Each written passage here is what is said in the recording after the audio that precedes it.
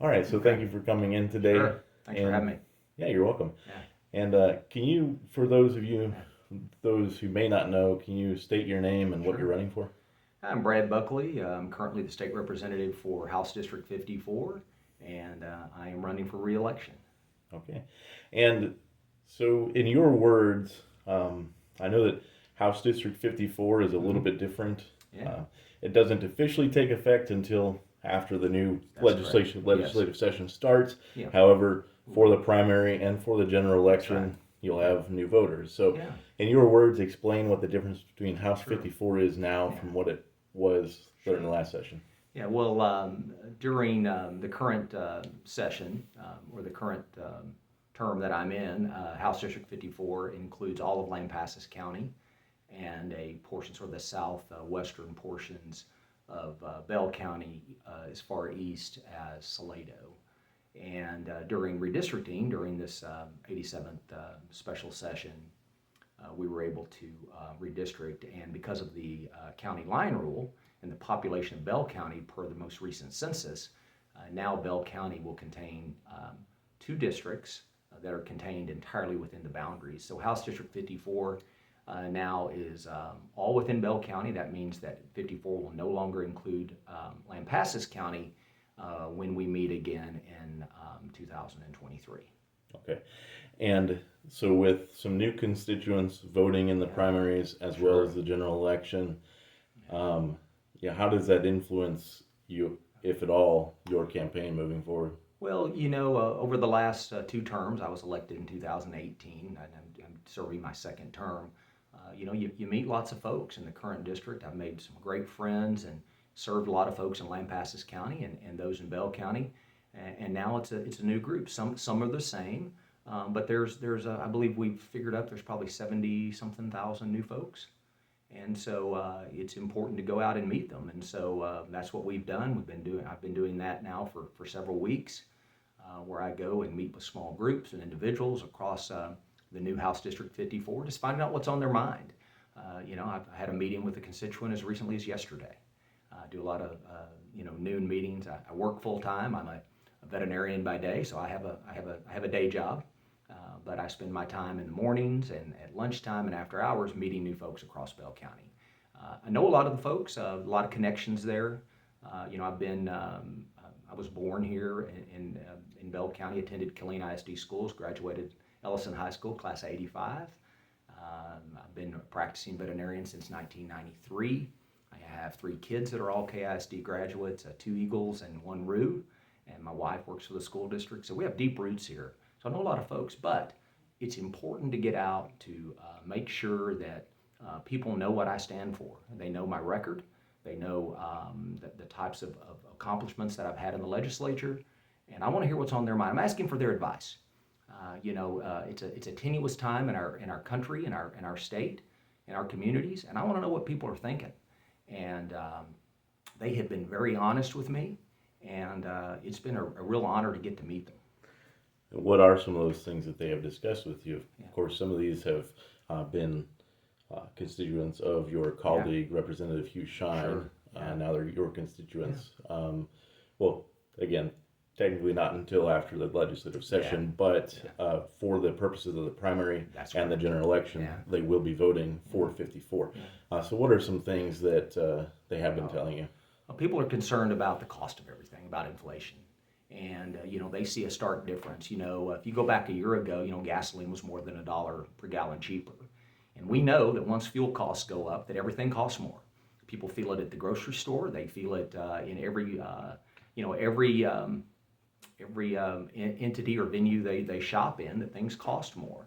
As a small business owner in Killeen, I've seen a 15 to 18% increase in just my cost of doing business. When we talk about the cost of supplies, that tends to drive prices and fees up, and it creates real challenges. People are concerned about that because it really is it's another tax on people, and people are concerned about the national response. Our federal government right now seems to have created a condition where inflation is raging, and we need to fix that. People are also extremely concerned about our border. I'm vice chairman of the Defense and Veterans Affairs Committee, and Several weeks ago, I toured the border and experienced the chaos firsthand. We have extremely high drug cartel activity, human smuggling, sex trafficking, just narcotics like you can't imagine. Our committee oversees our National Guard, our Texas Military Department, and Texas State Guard. And so, it's important for me to see what was going on firsthand. And I want to commend DPS and our National Guard for the work they're doing. They're really standing in the gap to make sure that Texans and extended forward, even that America is protected when our federal partners fail to do so. Okay. And another issue that has been kind of a hot topic lately is marijuana. Now, there is going to be an event next week that's going to be trying to talk about decriminalization of marijuana. Now, I know that during the 87th session that just ended, you voted yes on House Bill 441, which addressed decriminalization of marijuana. Why did you vote yes on that bill, and what is your stance on decriminalization? And then further, what is your stance on legalization of marijuana? Yeah, I'm a member of the Criminal Justice Reform Caucus in the Texas House, and that's a bipartisan group of us that have looked at many criminal justice issues. And that's one that, through a lot of time of really deep study and understanding the issue, I felt like that we can, that decriminalizing certain amounts of marijuana were in the best interest of making sure that everybody gets a fair shot. And so I was proud to support that. That bill ultimately was not signed into law, but it was one that I did support. And I felt like that young people, do make mistakes. They, and I don't want something like that, impacting, their future.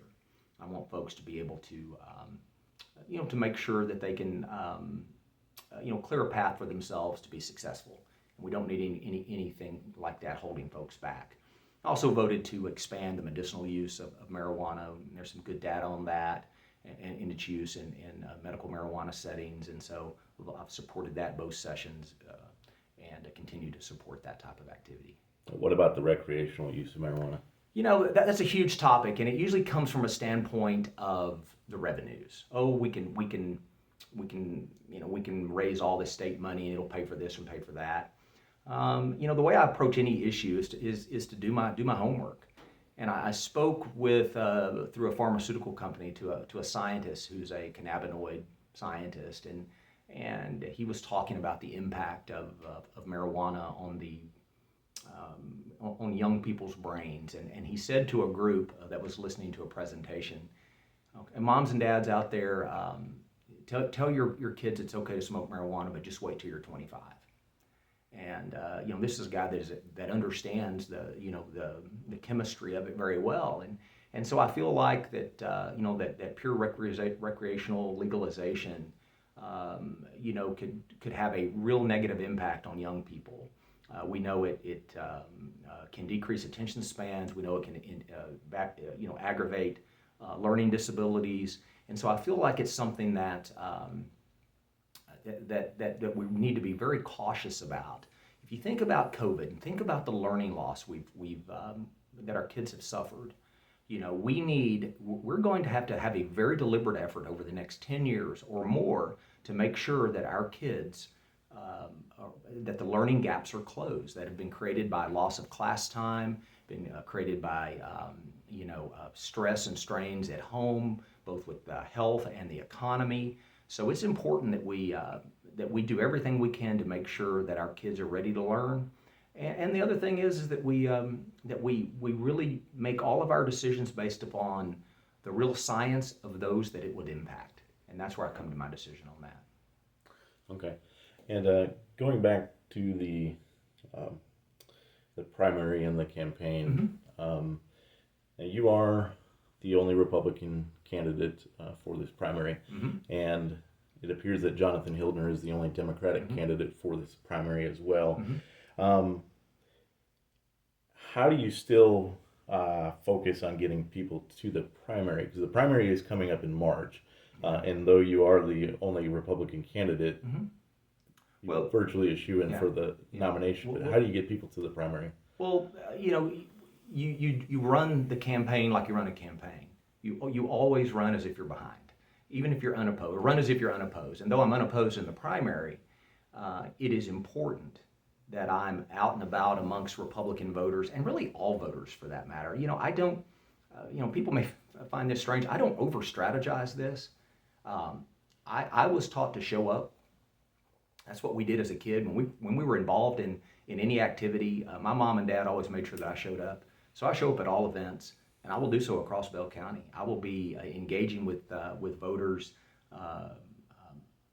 and citizens, quite frankly, across Bell County, talking about the issues that are important to them, talk about the successes we've had, and then asking their advice on the way we can solve some of the problems we know that we have. And when it comes to pure Republican politics, you're going to have the governor involved in a primary, you're going to have the lieutenant governor on the ballot, and you've got some other Republican lawmakers and statewides that are going to be in contested races. So that's going to bring out, voters. But to me, it's bigger than that. It's about introducing myself to many voters, and it's about, making sure that that they're comfortable with what I've done and with what I will do moving forward. And again, once everything's official with the primary, and you are the official nominees for your respective parties. Now, Jonathan Hildner has mentioned that he is very familiar with you, and he, someone that you have mutual respect for. Sure. And so, how does that impact your campaign, and how will the campaign look? Against I have lots like of friends I disagree with, and I like Jonathan. I mean, I've known him a long time. He went to high school where my wife was the principal. It was right before she took the job at Killeen High School. He's very close to my son's age, so that he's a nice young man. But we have, and people will see, we have differences in opinion on policy, and let's remember, policy matters. There a lot of times, people will tell us, that they're here, they want to serve. I always ask, well, what do you want to serve us? And what I mean by that is, what are your policies? What do you see as the future? I have, from the day I started running, I've talked about the power of the individual, the fact of removing obstacles and barriers to success and prosperity, and that's really what I seek to do through any policy position that I have, is to make sure that we create an environment in Central Texas where folks can be successful, where, first of all, where we have public safety, because we know for the health and well-being of our community and for economic development, if we don't have public safety, we will not get the investment that we need. So I'm a strong supporter of our police and for public safety in our communities. The next thing we have to do is we have to educate our kids. We have to prepare them to work their way through and be successful in the new economy that we have. And so, that's an area that I focus on. I'm a member of the Public Education Committee. I spend time when I'm not at work visiting schools. I was in Waco a couple of weeks ago to look at some of their responses to COVID. I take all the invites that I get to schools. I try to get to every one of them. I visited with researchers at universities about innovative ways to engage students post-COVID. Or even intra-COVID, so that we can begin to close these learning losses and close the gaps that are significant. The data shows it's significant. And so, we have to do that. The other thing we have to do is to make sure that we don't enact policies that basically harm our energy economy in Texas. Our oil and gas industry, which many on the left are really against, and currently you see policies that really have impacted our energy economy. Our energy economy, it funds our schools, both pre-K through 12. It funds our higher level, our higher education institutions, our colleges and universities, and it funds our infrastructure and our roads. And so, we can have smart investments in energy, but policies that go against one of the greatest resources we have in Texas hurt Texas and hurt Texans. And so I will be making that case across Bell County that we must stand strong for that, so that we can have low fuel costs. We can have great investments in education. So we have great investments in infrastructure. These are extremely important issues. And I think people are going to see a very stark difference between me and my opponent when it comes to this issue. Okay. Those are the questions that I have for you today, and I really appreciate you coming out here and explaining where you stand on some things and how the campaign looks going forward. And again, as we get deeper into the process, of course, we'll ask you in again and Jonathan and get more deeper on some of these issues. But we just want to see where you stand right now on your campaign. What's important to you right now? And I didn't even get to all that, but that's it's important. We didn't get to talking about the veterans issues. We didn't get to talk about our university. So let's if we can let's talk about the importance of really the local issues. Let's talk about Killeen. Okay, let's talk about I think how important it is that we continue to fund and we find solutions to reimburse our communities on the disabled veterans exemption. The best way to keep that exemption strong is to have a strong reimbursement program. I've been proud to work on that the last two sessions to increase its funding from $3.25 million over a biennium to $20 million. That flows directly back to the city of Killeen and Bell County. Other communities are being impacted as well. We need to do that. We've got to make sure we continue to work on that issue. Another thing we have to do is support our university. Probably our greatest asset right now, Thad, the one asset that will be a huge economic development tool for us will be Texas A&M Central Texas. In the 86th session, we rewrote their funding formula. They have a much steadier, more predictable flow of funding from the state now. In the 87th session, we're proud to bring home $45 million in tuition revenue bonds to build a fiscal plant so that our university can grow. We know that there's a research park on the future. We know that we have to do all we can. We think about our connection with Killeen, Fort Hood, and we think about what we have with Army Futures Command. Our university is going to be right in the center of that. It's going to be the hub of that. And that's a very important issue and something I've been working on for 2 terms to make sure that we're prepared for that. And then finally, what our Texas Veterans Commission does for folks. Our Veterans Entrepreneurship Program we stood up in the 86th. Our Women's Veterans Program that we stood up in the 86th. We've worked very hard to fully fund these. This session we created really good policy to allow our military installations to interact with interlocal agreements with cities and counties, things that can provide economic activity for cities and counties and individuals, but also lower the cost for our military installations.